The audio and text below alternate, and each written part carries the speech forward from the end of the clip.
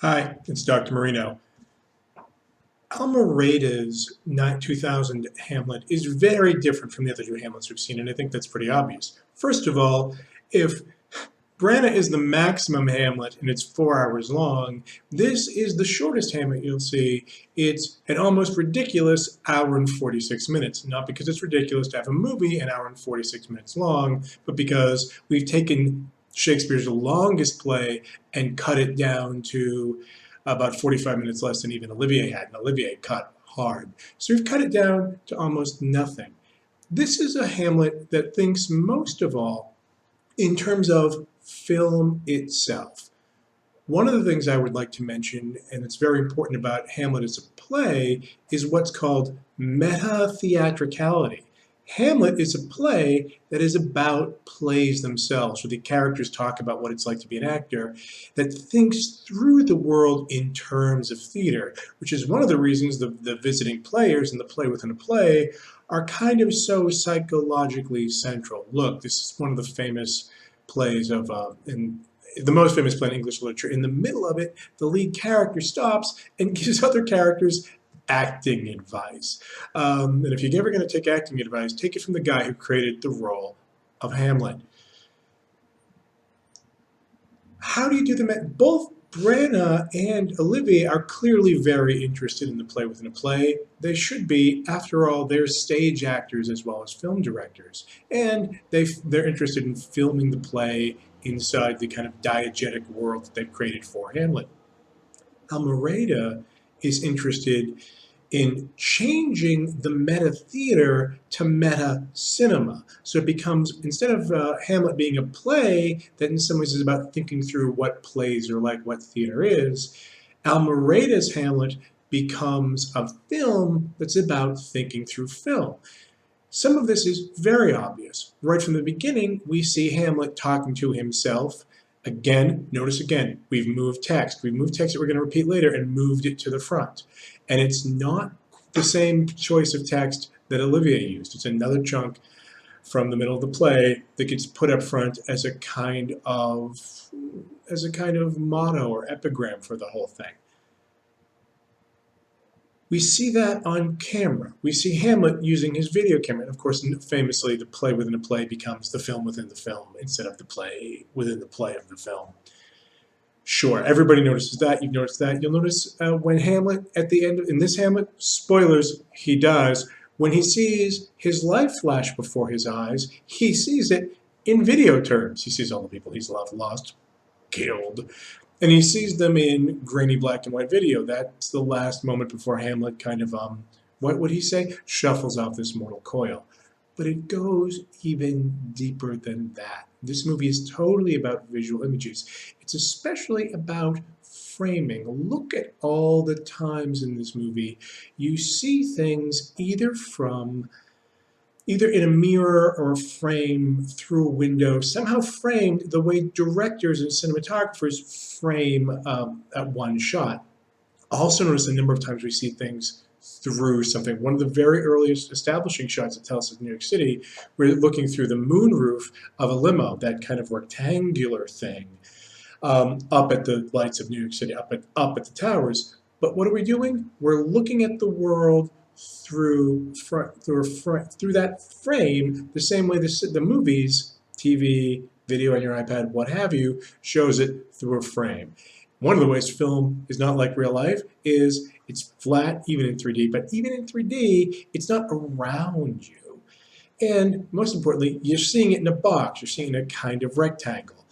Almeryerda is always going back to that rectangular framing to make us step back and view the film as a piece of art. So we're constantly seeing people here. Let me do it like this. We're constantly seeing people, and there's a little swimminess too. Hey, it's like cheap and low tech. Here, I'm being like Almeryerda, cheap, low tech, showing you something through a distorting lens. Hello.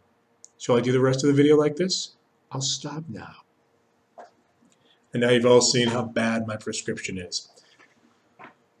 Okay, it's even more visual than that. This is a Hamlet who, when he's on his airplane that stands in for the ship that's supposed to take him to England, instead of bringing a book to read like civilized people do, or a piece of music to listen to, he brings a little stack of postcards that he's looking at rectangular images. He's also, like some people do, he's decorated his desk area with those postcards, but he just shuffles through them, right? He's got a bunch of images of artworks, and he's got glossy postcards of them, and he just shuffles through like this is how he's going to entertain himself on the flight. Who does that? That's not a thing I've ever seen anybody do on a plane, but this character does. This is a character who thinks very deeply about the world as image. Also, so does Ophelia. One of the changes we've made doesn't change the text. It's been clear Almeryerda has made Ophelia a visual artist too. So Hamlet, instead of being a would-be actor, director, playwright, becomes a kind of amateur filmmaker, and Ophelia becomes a budding visual artist, a kind of someone who draws, someone who makes things, who makes visual works of static art, not film. What else is going on here? We're shooting on location again. We have mostly American actors, some with stage chops, some not. Ethan Hawke is the youngest actor to ever play Hamlet on film, actually 30, which is Hamlet's age, apparently. Like young Hamlet, people argue about that. Young Hamlet, how could young Hamlet? 30 is not that young. Is he still in grad school in Wittenberg? What's going on? But you can say that's a little old for Hamlet, but the actors who are on film playing Hamlet are actually always kind of older than 30, except Ethan Hawke. If you want to hear a good film actor who also has great stage chops in this film, listen to Liev Schreiber, who's playing Laertes, who has terrific use of the language itself. But this movie is not so much about the language. Some of the criticism about it is that some of the actors can't really handle the words that well. And some can and some can't. I don't want to pick on anybody. But this movie isn't really about the language. It's really about creating a set of images, and that takes priority over everything. It's low budget, it's cheap. If Branagh was on the beautiful 70mm prestige format, this was actually shot on 16mm and blown up to 35. Again, a cheap, low stock. There's a lot of that handheld quality, which you haven't seen certainly in Branagh or in Olivier. That shakiness that we're maybe familiar with from reality TV now, of the handheld camera that's following somebody around. To give you a sense, in this way, the camera leads to instability. Also look at how Hamlet has edited together. And Hamlet has not just taken pictures on that video camera. He has edited them. How he's editing together those lines that he's repeating at the very beginning of the play. What else? What else? Hey, trivia question. This might seem very modern to you, but it's not so modern anymore. There isn't an outdated tech reference. Early on, as we're seeing the Elsinore Corporation, you can hear kind of buzz there. For those of you who were born in the 90s, that's a modem noise. That's the sound that your computer used to make when it linked up to the internet on a phone line back in the day. So that's the thing about doing a high-tech film. It keeps being, you're never the most modern. Something is, technology is always changing. A last thing, to make it this short, a lot had to go. We emphasize plot, some other things that are going. We've lost a lot of the comedy. We lost a lot of the comedy. Even though we have two major, two very funny film actors, Bill Murray and Steve Zahn in various roles, and Polonius is one of the great all-time comedy roles. Polonius gets his bits. Murray doesn't seem to be selling the humor that hard. Maybe I'm wrong about that. But where did the Gravediggers go? Gravediggers? Gone. A lot of the comedy's gone. And this is the other thing that happens when you cut Hamlet. The more you cut Hamlet, the more you cut everybody but Hamlet. All the other characters go. Sir John Gielgud used to, for a while, was touring England in an uncut stage version of Hamlet, but for some theaters they would do a cut version, and he would find out that weirdly he was exhausted after the cut version. Why was this? Because when you cut Hamlet down to 2.5 hours from 4, Hamlet keeps most of the lines. So, and Hamlet loses most of the rest. What you cut when you cut Hamlet is Claudius, the Queen, Polonius, the Gravediggers, Fortinbras, we don't have a lot of time for here. We lose complexity, we lose humor, and we lose it becomes much more Hamlet centric.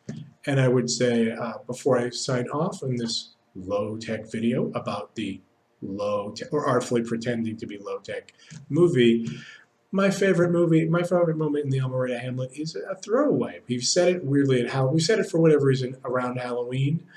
Ghost. Oh, actually, I have two different things. There's a little meta joke here. There's a joke on who's playing the ghost. Sam Shepard who's playing the ghost in this film, is one of the great, important 20th century and now 21st century American playwrights. A major, major playwright who had, by the time this movie comes out, has like a 35, 40-year very distinguished career doing major experimental work.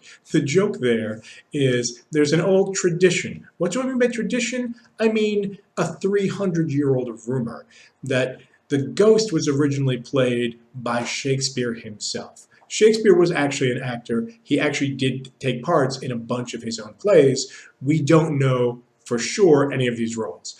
The first role that we start to associate with him, again, 100 years after he's dead, so it's not really solid, is the ghost in Hamlet. Here, there's a little joke. We've cast another important playwright with the same, whose last name also begins with sh, to play Shakespeare the ghost, etc.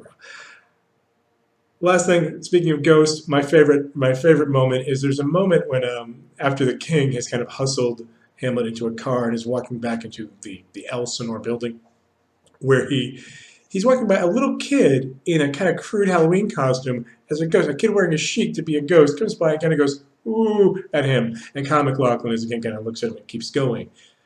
That's nothing. It's a throwaway, but stop and think about it. This is a character who does actually, he's going back into a building where there's a real ghost. His dead brother's wandering around that place and he can't see him. He's also ignoring this mock ghost. So this is short, but it's doing a lot of visual cueing. We've sacrificed a lot of language and some complexity of characterization in order to emphasize the visual. But there's a lot going on. So that's 3 Hamlets. It's enough for everybody, I hope. And our bonus movie will be Rosencrantz and Guildenstern Are Dead, which is Hamlet from the supporting character's point of view. Okay, thanks. Talk to you soon.